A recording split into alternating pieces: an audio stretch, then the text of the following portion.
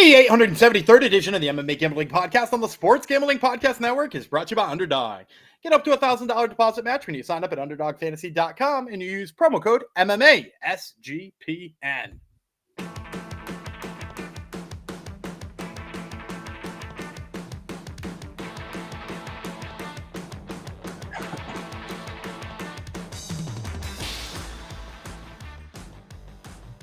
Howdy ho, degenerados. Welcome to episode 873 of the MMA Gambling Podcast, the Sports Gambling Podcast Network, dedicated to Fight Name on YouTube for defending our honor on our YouTube channel in the comments. Unless Fight Name is really Gummy's burner account, in which case. Anyhow, I am the Canadian Bogatir, Jeff Fox. That, the laugher, would be, he's not his nickname. His nickname isn't the laugher. It's Daniel Gumby Vreeland. And we're here to talk not about UFC. We're here to talk about Super RIZIN 4. They are in the Saitama Super Arena in Saitama, Japan. So it's going to be a big event this coming. So, well, it's Sunday technically because it's midnight Eastern Sunday. So Saturday night / Sunday morning. They got a heavyweight tournament. They have got a flyweight tournament. We are not covering either of them. At least maybe in lightning round we are. Gumby, why are we not covering either tournament? Well, I like the heavyweight tournament, first of all, but they're in the semifinals, so only 2 fights right now. And to be honest with you, the 5 that we're going to cover, just like bigger names, more value. If I remember correctly, we did very well on the quarterfinals of that tournament, but I do have a lightning round pick from that, so we'll go back and hit that in the lightning round.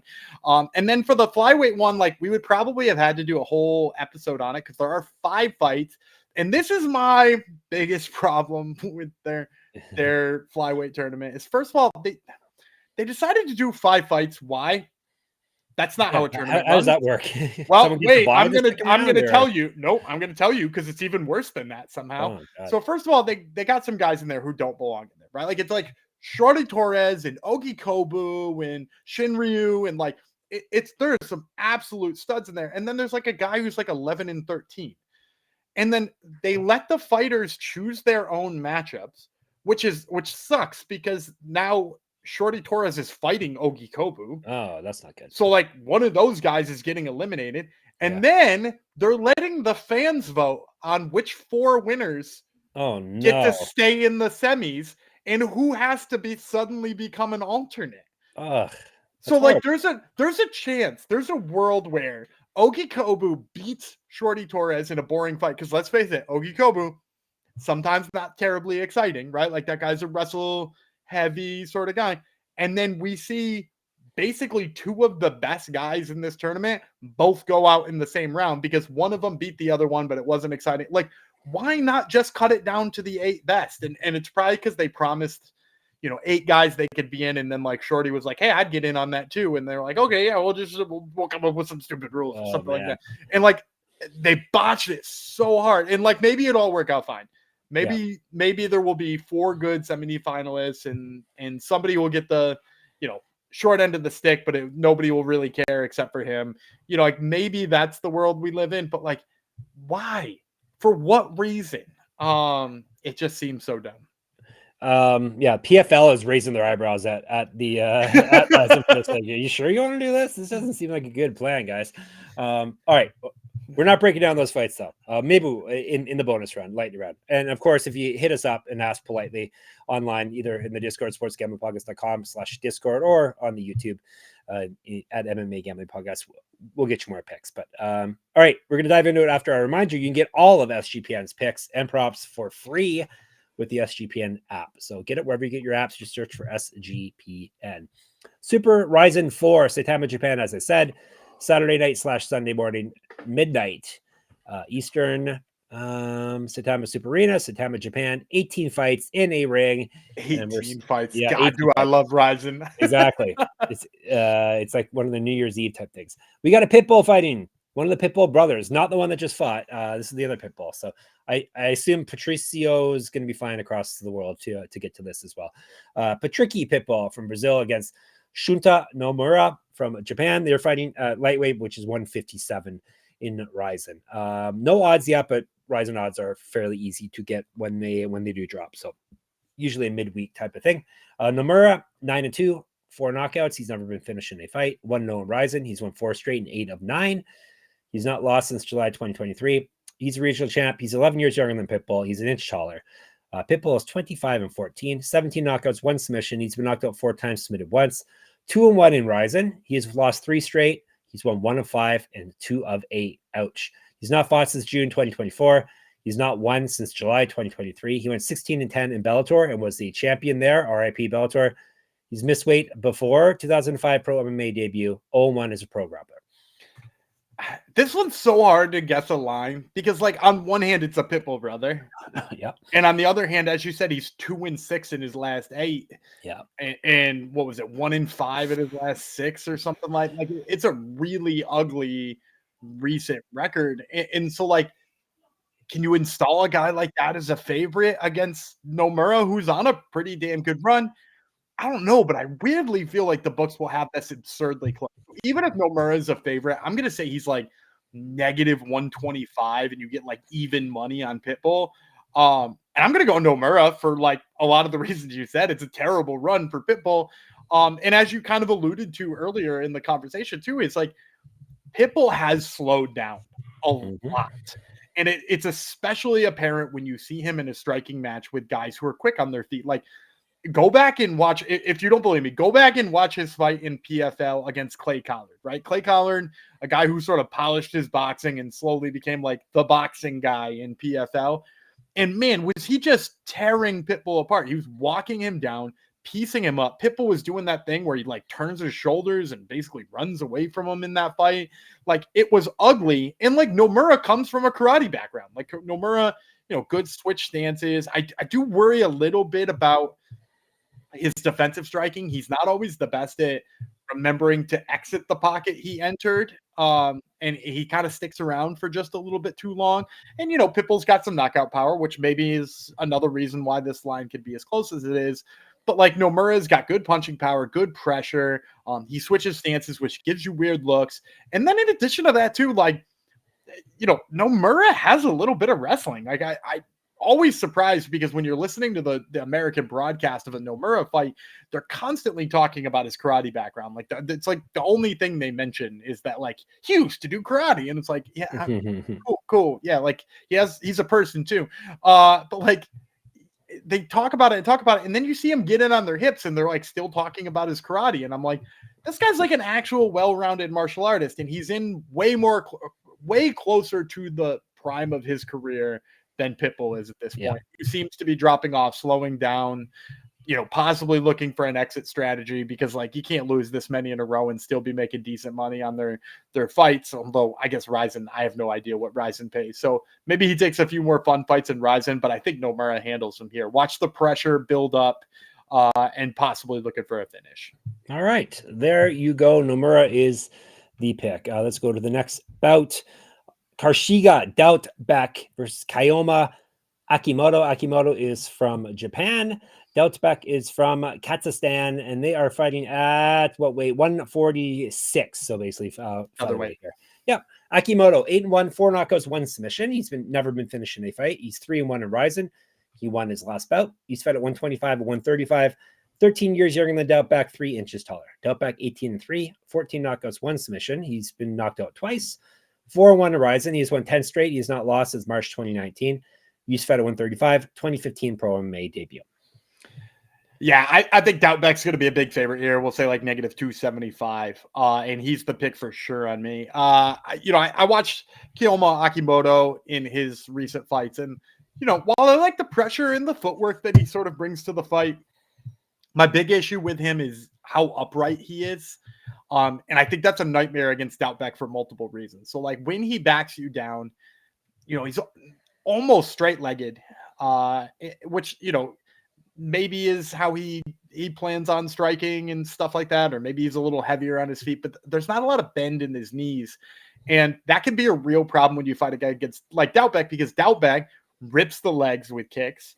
And so if you're not agile on your legs, or you seem like you're a little bit more stuck where you are, it's a lot harder to check those, or it's a lot harder to move out of the range, or it's a lot harder to not like eat them hard because you're like heavy on your feet. And then in addition to that too, like when you're straight legged and your upper body's up top protecting your head, you're sort of susceptible to the takedown. And we've seen it from Karshyga to Dautbek, is like, he is a good wrestler. He doesn't always choose to do it right away because he is pretty electric with the hands and pretty electric with his kicks.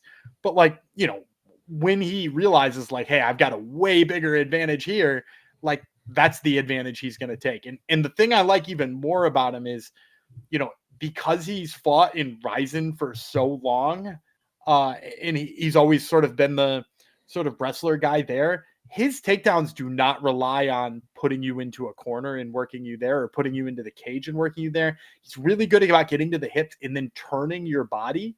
You know, like he cuts angles really well, and he tries to drop you right in the middle of the cage. And one of the bigger problems with RIZIN, particularly if you're a guy who's stiff-legged and gets yourself taken down a lot, is there's no cage walking up. Right. There's no way you're getting up that way. So like when you have a guy like Dautbek who can just change the fight with one quick takedown, like sometimes he only needs a couple of those to win the fight, because like, you know, bad wrestlers often can figure out ways to wall walk, or figure out ways to, you know, sometimes they kick off the cage and flip and force a scramble, but like there's none of that here. So, you know, I think you're going to see Dautbek rip his legs like 3 or 4 times. You're going to see Akimoto get too close, takedowns for days, and Dautbek dominate this one. If he does come in anywhere in the high 2s, low 3s, even if that creeps to the mid 3s, I still like him in parlays here. And you're going to see a lot of big odds at the top of this card. So, you know, Dautbek might be a good way to taper some of those. There you go. He tells you who wins, how he's going to win, and what number you should play him at. What more do you want? All right, let me tell you about Circa Million and Circa Survivor. Think you know ball, then you have to enter Circa's football contest with $21 million in guarantee prizes. There's no rake, so if entries go above the guarantee, all extra money will go to the prize pool. Circa Million, you pick 5 teams against the spread each week, or go for the ultimate sweat in Circa Survivor. There's even the Circa Grandissimo, which is a $100,000 Survivor contest. You must register in person at a Circa Sportsbook in Nevada, but there's your excuse to go to Vegas. And then sign up in Nevada, play from anywhere with the help of SGPN's official proxy. Go to footballcontest.com and use promo code SGP to get $50 off your proxy fees. And we're brought to you by MyBookie.ag. MyBookie is your place to bet on every sport, including MLB, WNBA, golf, and of course, football futures. MyBookie accepts customers from a ton of locations. They have easy deposit and lightning fast payouts using crypto. They will have Super RIZIN 4 odds up on the site if they don't have them up there by the time you hear and or see this. And so when you do head over to mybookie.ag, use our promo code to sign up, MMASGPN. That way you get 100% deposit match up to $1,000. Terms and conditions apply. That's mybookie.ag, promo code MMASGPN. All right, Gumby's got us 3 guarantee winners so far. Now we've only done 2 fights. 2 guarantee winners so far. The third is coming up. Correct. I'm ahead of myself here. It's for the RIZIN Atomweight Championship, Women's Atomweight Championship. Seika Izawa, the champion, versus Shin. That would be Japan versus South Korea. We'll tell you about the challenger first. Shin, 3-0 with 1 no contest, 2 submissions. This is her debut. Separated into a title fight. No contest in her last bout. Used to fight at 115 and 125. She's 7 years younger than the champ. Izawa is 15-0, 1 knockout, 8 submissions, 9-0 RIZIN. She's already defended her title once.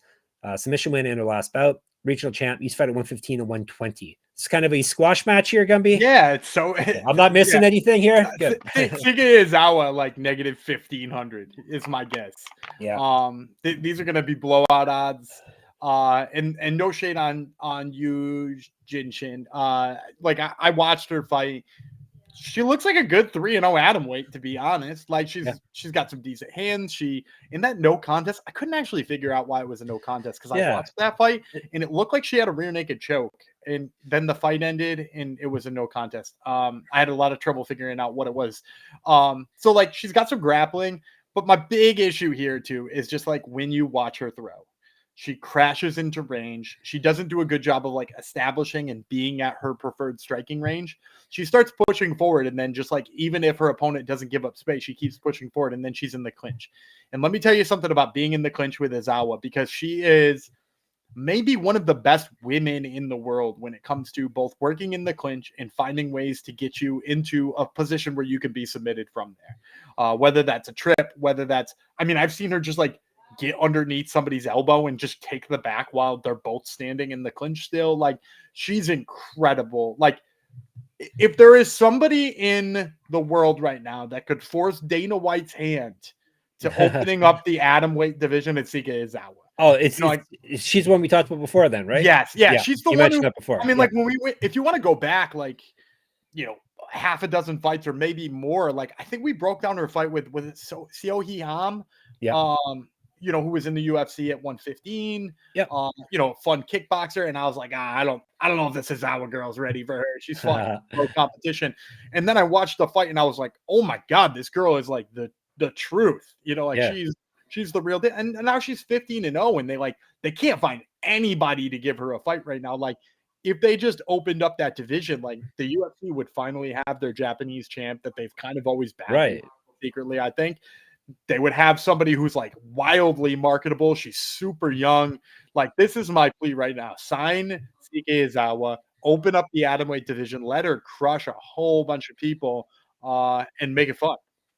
Yeah, it really makes no sense because they're always desperate. Like they're all about content, just getting content out there, and they always want title fights on cards. Why would you not want more titles? Yeah, they don't care about like watering down belts. They don't care about things like that. Like just do it. And this wouldn't even water down the belt. Like no, we're talking about it like women's atomweight isn't like the most talent-rich women's division out there. Like strawweight and flyweight are definitely comparable to it, but I think if the UFC like went out with their pocketbook open and was just like, hey, give me the best 35 women's atomweights in the world, you wind up with Izawa and Palacios and like there's so many fun ones out there that you could put together, and then you'd get like Momoluk Bume at her proper weight class, right? Like that too. Like it would be fun as hell. And I'd watch. Izawa needs opponents right now. Momoluk Bume versus Izawa, way better than Yujin Shin. It would be a much better fight. So like this is my plea again. You're listening, Dana, for sure. You're listening. All right. Izawa in a squash match. We're to our co-main event for another belt, the RIZIN Men's Bantamweight Championship. Naoki Inoue, he is from Japan. Ryuya Fukuda, he is from Japan as well. They're fighting. RIZIN's only 3 5-minute rounds, right? For title fights. We talked about this before. Yeah, I think so. I don't ever remember the rules. Yeah. And is it CFFC that's 4? Weirdly. Yeah, we have come across some that are 4. You're right. I think CFFC is 4, and they only go to a fifth. They only go to a fifth in an emergency. It's like CFL having like 3 downs instead of 4. It's just everyone has. Isn't that it? Doesn't in the CFL too? If you miss a field goal, but it goes through the end zone, you get a point. Yeah. That's dumb as hell, man. Yep, sure is.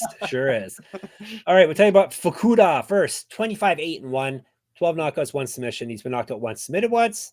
So he's durable at the very least. 3-0 on RIZIN. He's won 4 straight and 12 of 13. He's a regional champ. He's fed at 125, 2011 Pro MMA debut. Inoue is 19-4, 2 knockouts, 9 submissions, never been finished in a fight. 9-2 in RIZIN. The current champ successfully defended his title once. He's won 3 straight and 4 of 6. He's not lost since May 2023. He went 1-1 in the UFC. He's fed at 125. 2015 Pro MMA debut. He has a draw as a pro grappler in 1 fight. 5 years younger than Fukuda, 3 inches taller, 4 inches reach. This is not a squash match like the last title fight we talked about. I mean, it's less of a squash match, but I still think it's more one-sided. I'm going to say in a way like -275. He'd actually be a great line to pair with Dautbek in a parlay. If you're trying to get something looking nice, because I like Inoue quite a bit here against Fukuda, and the big reason why is like, so Naoki Inoue is a guy who I've picked against a bunch in the past, and I've maybe been a little bit harsh on him, mostly just because like I don't necessarily trust his wrestling defense. Like I think he's lost fights in the past where like, just like work on your wrestling defense a little bit and you'd look a lot better. And like we saw that he was in the UFC for like 4 or 5 fights, right? 2 fights, 1-1 in the UFC. Yeah, and they must have cut him when they were sharpening. They were cutting down on the flyweights because he was a flyweight in the UFC. And so like the wrestling's kind of always been an issue for him there. And the good news here, it's against Fukuda. I don't think it's an issue, so that helps him. A, and then B, the thing that in a way I find is the best at. Well, first of all, when he can offensively grapple, he's good there too. But from a striking perspective, he does a really good job of cutting off the cage and doing so in a way that keeps him safe. Like he puts the pressure on you. He makes it so that you can't get, or I should say ring, not cage. He does a really good job of like getting people cornered into the actual corner, lighting them up, not letting him circle away, punishing him for trying to circle away. And then when you watch Fukuda has kind of this like crouch down stance where he's almost like coiled. And the reason I think he's doing it is because he is just looking to uncork a right hand with like all of the power in the world at all times. Like he just wants that big shot. And, as I just said with Inoue, he's got this kind of style where he's like pressure heavy and he forces you to like, move ways that he wants you to move and stay at the range he wants you to stay at. So like he's not susceptible, in my opinion, to that big return coming from Fukuda. Like he is going to avoid the big, massive shot from Fukuda there. So, for that reason, I like Inoue to cut off the cage, beat him up the whole time. And then if Fukuda does get too close to him too, we can see a little bit of that grappling. Inoue's top control is pretty good, and certainly his submission skills are too. So I like Naoki Inoue. And I'm going to stop right while you're drinking. There you go. That's right. Of course, on purpose. Is he related to the famous Inoue's, Gumby? Yeah, he's Mizuki Inoue's little brother. Right, yes. Yeah, right. Remember, because both of them made it to the UFC. I think she made it to the UFC. She got signed like right after he left. I don't ever think they were in there together, but they were the first brother-sister combo. Right. Because the second one is the Melly Martinez, David Martinez. Yep. All right, very good. Before we get to the main event, got to tell you about Underdog Fantasy. I don't have to. I want to. Underdog Best Ball Mania is happening all summer long, giving away $15 million in prizes, including $2 million to first place. No waiver wire, no arguments about trades. Best Ball is the best way to play fantasy football. Underdog is also a great place to play Pick'em, as Gumby will give you a play right now. Yeah, the Braves are hosting the Giants on Monday. Ozzie Albies suddenly white hot in that series with the Yankees. He had 2 homers, 9 RBIs in the 3 games. So we're going to take the higher than on his hits, runs, and RBIs. They got it listed right now. Projection 1.5. So I'd say he's going to get a hit and an RBI in there. Give me the higher than on Ozzie Albies. And the Jays just got done spanking the Giants, so they're reeling. So they're right for the picking right now, for sure. All right, take that and take our code MMASGPN over to UnderdogFantasy.com. That way you get to claim a special pick and first-time deposit offer up to $1,000 in bonus credits. UnderdogFantasy.com, promo code MMASGPN. And you've heard us talk about Rhythm before, and they just dropped a game-changing feature called Power Trends. Essentially the best of the best what their house model has to offer. These are AI-detected patterns where Rhythm's model has consistently won and has a high ROI. Think a strikeout prop that wins 59% of the time when the line and win probability hit a certain range. Power Trends are updated daily and exclusive to Rhythm. No touts, no noise, just clean data back bets. Here are some stats to back up what I'm saying. MLB Power Trends are 254 or 147, which is a win rate of 63% and an ROI of 4.5% in their past 400 bets. And WNBA Power Trends are 35 and 20 since launch. That's a 63.64% win rate, a 20.7% ROI. So download the Rhythm app, check out Power Trends, and start betting smarter. You know we will be. Gumby is always on there checking out baseball, WNBA when he's forced to make articles on WNBA, right? Yeah, they were cleaning up on WNBA for me. I had a bunch of Kelsey Plum higher than on her points. And then who was the other one I was hitting too? I can't remember the other one, but Kelsey Plum I hit a fair amount of times. Fantastic. So be like Gumby. Check it out. And you can check it out for free. 7-day free trial. Thanks to us by going to sportsgamblingpodcast.com/rhythm. That's RITHMM. All right. Have you ever main event. Have you ever recorded like three podcasts in a day and you're only on the second one, but you think it's the third one and you're like, oh, I'm almost done. Then you realize, oh no, I have another episode to do after this. It's never happened to me. Has it happened to you? Okay, good. No. A friend of mine though, it happened to him once. Oh, all right. Main event. It's just for fun, right? No belt on the line. It's at featherweight, 146. Kleber, Koike. Is it Koike? How do you say? I always say Herbs. It's Kleber Herbs to me still. He doesn't go by that, I don't think now. Like his Instagram is just Koike or whatever his middle name is. And do the WWE thing. It's still Herbs to me. It's still Herbs to me. He is from Brazil. I'll say Herbs. It's easier to say. Mikuru Asakura. You would never. He's from Japan. You would never guess that Kleber Koike Herbs is from Brazil, but he is. All right. Asakura, I guess this is a feature fight because both these guys are fairly famous in the fisticuff realm, we'll call it. Asakura is 18-5 with 1 no contest, 9 knockouts, 1 submission. He's been knocked out once, submitted twice. 12-4 in RIZIN. He's only 1-2 over his last 3, 4-2 over his last 6, 5-4 over his last 9. Kind of inconsistent. TKO win in his last belt, though. He has lost to Herbs before, Gumby. I know this. back in 2021. Yep, got submitted by him in 2021. I didn't overlook that. He's regional champ, Asakura was. He's fought at 155, 2012 pro MMA debut, 0-1 in pro kickboxing. Technically, he's 0-1 in boxing because he fought Floyd Mayweather in that weird sham fight. That weird sham fight, yeah. And then he's the one who just weirdly quit in the middle of that fight, right? Like he just was like, I'm out. Yep. It was fun all around. 3 years younger than Herbst, because he's still Herbst dust. 34-8-1 for Herbst with 1 no contest, 2 knockouts, 29 submissions. So you know what this man's going for. He's been knocked out once, submitted once, very, very durable. So he's fought 44 times. So don't even stop twice. 9-2 with 1 no contest in RIZIN. He's a former champion 2 times over in RIZIN. 3-1 over his last 4, 3-3 with 1 no contest over his last 7. TKO. He got TKO'd in his last bout. He also is a former KSW champion. That's where he fought Asakura. He went 0-1 to Bellator, RIP. Fought at 135, 155, and 170. Missed weight twice at 145 before. 2008 pro MMA debut. Yeah, he got knocked out by Shaidilev, right? In the title fight. Yeah, I think so. Yeah, and it was pretty ugly. This one's hard for me to line too. I'm gonna say negative 175 on Herbst.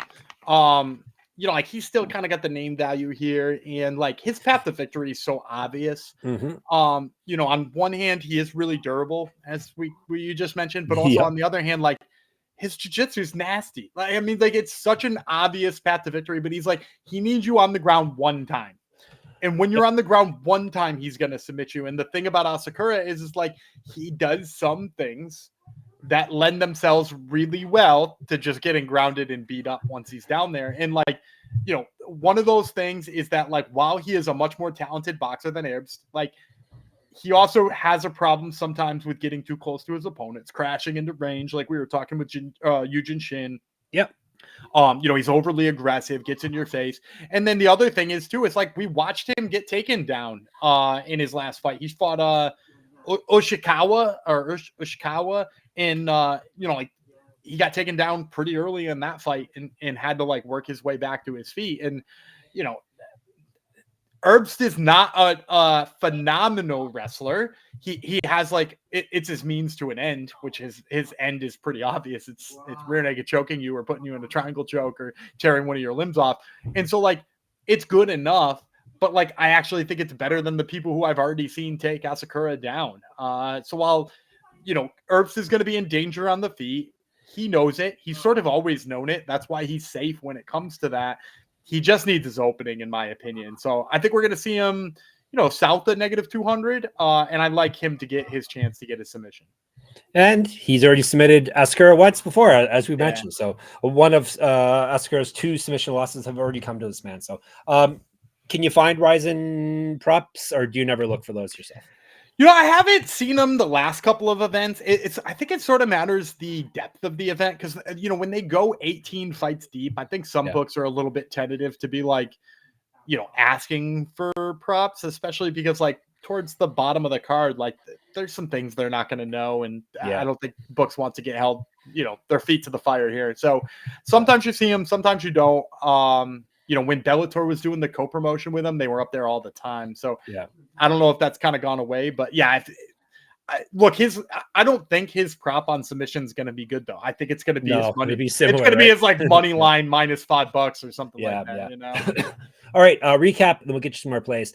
Herbst, aka Koike, aka KKE, Inoue, Izawa, Dautbek, and Nomura. All right, later round, Zap Bam Boom Pow. Plenty to choose from. 13 other fights, Gumby. Yeah, we're gonna go with 3 of them. So the first one I like is from the heavyweight tournament. Mikio Ueda, who beat Sudario, the sumo wrestler. Yep. He beat the sumo wrestler in the quarterfinals, and it was actually a fight I called. Got some pretty good underdog money on Ueda. And Ueda's kind of so he's this big, heavy look. He looks like he could almost be a sumo wrestler too. But he's a fun kickboxer with big head kicks, and he's got kind of a crappy record. I think even with the win over Sudario, I think he's only 6-3. And he's up against a good opponent, so you might be able to find a pretty decent line on him. He's an underdog or a undercard guy I like. As I mentioned at the top of the show, Shorty Torres is going to be fighting Hiromasa Ogikobu. I personally like Ogi Kobu. I think Shorty's kind of lost a step at this stage in his career. You know, he's got kind of a long career in the first place. And then when you add in the fact that he had like 30 amateur fights, like this guy's got a lot of mileage on him. And Ogi Kobu's getting older, but like it's hard for me to forget that Ogi Kobu out-grappled Pantoja in a fight one time, right? Like he knocked Pantoja out of the flyweight Ultimate Fighter. Like that, granted 2-round fight, but like his wrestling has always been that good. And yeah, he's 38 now, but like at the end of the day, I kind of think he can just get to the legs of Shorty enough to win this fight. And then I like Kanahara. He's fighting Ya-Man. Remember Ya-Man? Yeah, of course. Man. Yeah, who keeps being a good kickboxer, but kind of sucks everywhere else. So I think Kanahara is going to get him down enough times to win this one too. So we'll take Ueda, Kanahara, and Ogi Kobu as our 3 lightning round picks. All right, you're all set. If you want picks for the other 13 fights or 10 fights, sorry, hit Gumby up. You can hit us up on the old YouTube, of course, MMA Gambling Podcast. We have our own Discord. We have lots of fun in there. sportsgamblingpodcast.com/Discord. Twitter, SGPN MMA. He's at Gumby Reeland. I'm at Jeff Fox Writer, at Jeff Fox Writer, Instagram as well. Check out my Substack. Lots of good MMA articles and stats there, plus a free UFC Pick'em contest every week at moneymma.substack.com. Gumby has a podcast called Top Turtle, and he's in the thick of the Contender Series interviews, right?